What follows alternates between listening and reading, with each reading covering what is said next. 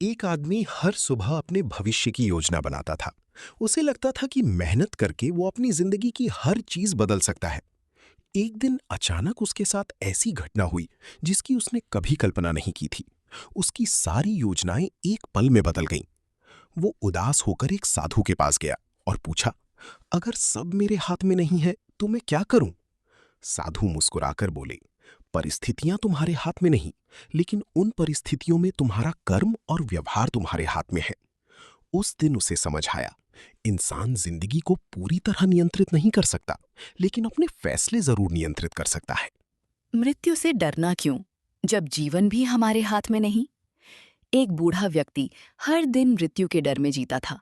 वो अपने बच्चों से कहता, पता नहीं मेरा अंत कब आ जाएगा। एक दिन वो नदी किनारे बैठा था। तभी उसने एक पत्ता पेड़ से गिरते देखा। पत्ता हवा के साथ बहता हुआ नदी में चला गया। पास बैठे साधु ने कहा, देखो, पत्ते ने गिरने का समय तय नहीं किया, लेकिन जब तक पेड़ पर था उसने अपना जीवन पूरी तरह जिया। बूढ़े ने पूछा, तुम मृत्यु से डरना नहीं चाहिए?